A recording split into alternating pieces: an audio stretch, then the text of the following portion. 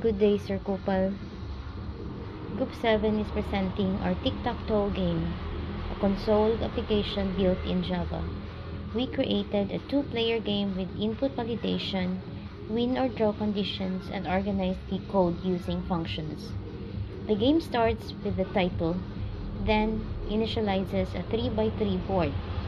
Players take turns entering coordinates. We validate their input, update the board, and check for wins or draws after each move. The board displayed after each turn, and the game ends with a win or draw message.